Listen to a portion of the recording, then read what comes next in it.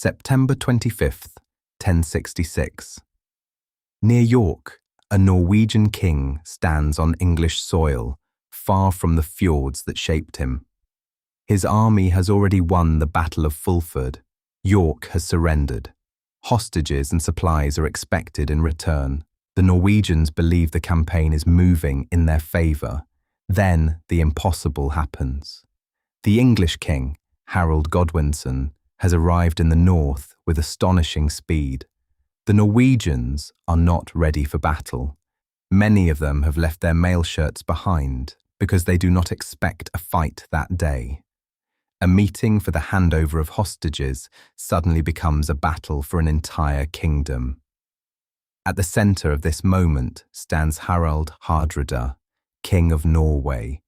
His name means hard ruler. It suits him. His life is a symbol of strength, ambition, discipline, and risk. He has crossed seas, served emperors, fought in foreign lands, and returned with enough wealth and experience to claim a crown. But now, the greatest gap of his life stands before him.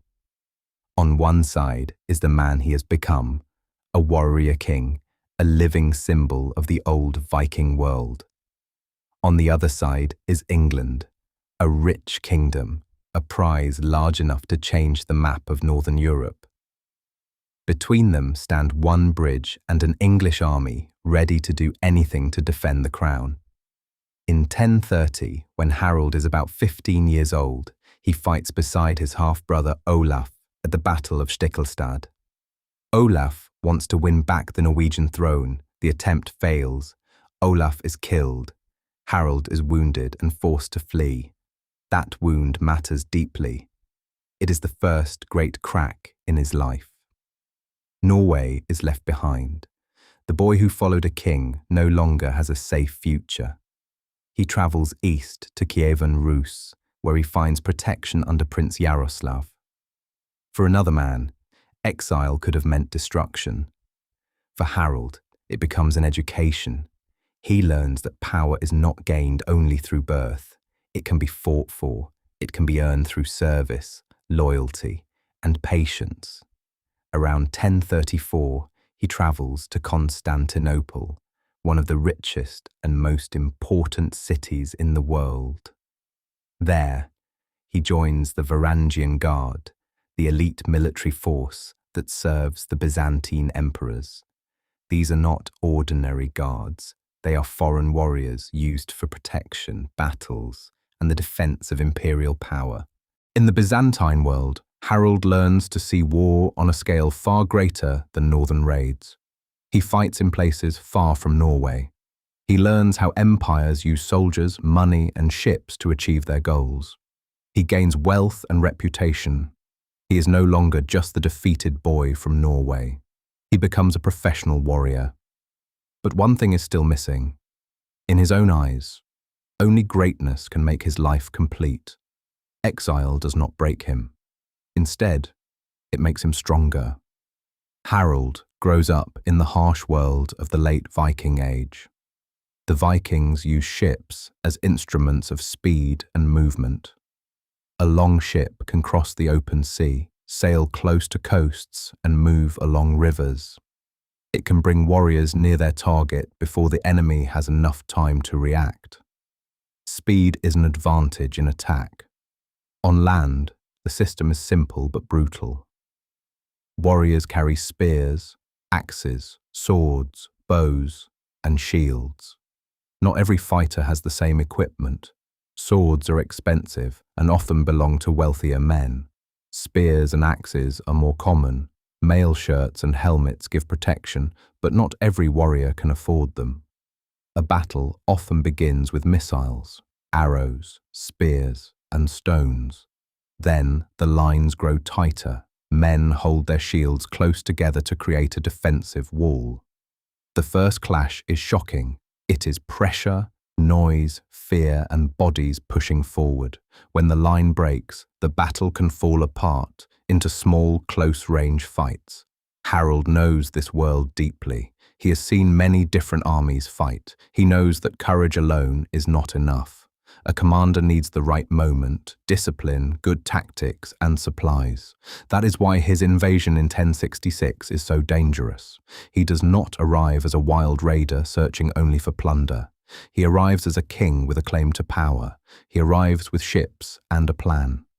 Tostig, the exiled brother of the English king Harold Godwinson, joins Harold. Together, they move toward York. At Fulford, Harold wins. The English earls Edwin and Morcar are defeated.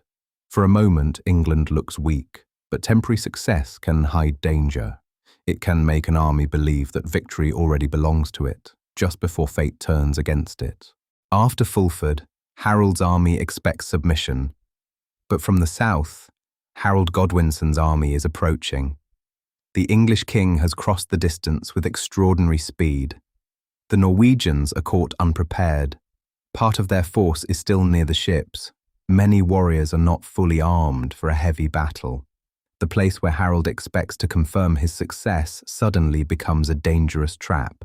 The English advance toward the river and push forward. The Norwegians try to gather their lines and meet the attack with shields and spears. Everywhere there is chaos, pressure, shouting, and iron. Every meter around the bridge becomes a struggle for survival. Harold fights like a true warrior. He believes in power, honor, and the right of a strong ruler to demand more. But even his experience cannot stop the English pressure. The Norwegian line begins to weaken, then Harold falls. With his death, the hopes of the Norwegians begin to collapse. Tostig also dies. Later, reinforcements arrive from the ships, but they are exhausted from moving so quickly, and they can no longer change the course of the battle. The Norwegian army is badly defeated. Harold does not take England, but he becomes part of the story that changes it. Only 3 days later, William of Normandy lands on the southern coast. In October, at Hastings, the fate of England changes forever. Harold Godwinson falls on the battlefield. William of Normandy wins and soon takes the English crown. With his arrival, a new age begins. Lands change owners. The old Anglo-Saxon nobles lose their power. The Normans build castles, change the government, and leave a deep mark on the language and culture of England. Harald Hardrada does not live to see this, but his invasion helps open the door to that change. The old world of seafaring Viking kings does not disappear in a single day because wars and kings continue after him, but a lasting change begins. And although Harald Hardrada fails to take England, his death at Stamford Bridge leaves a mark greater than one lost battle.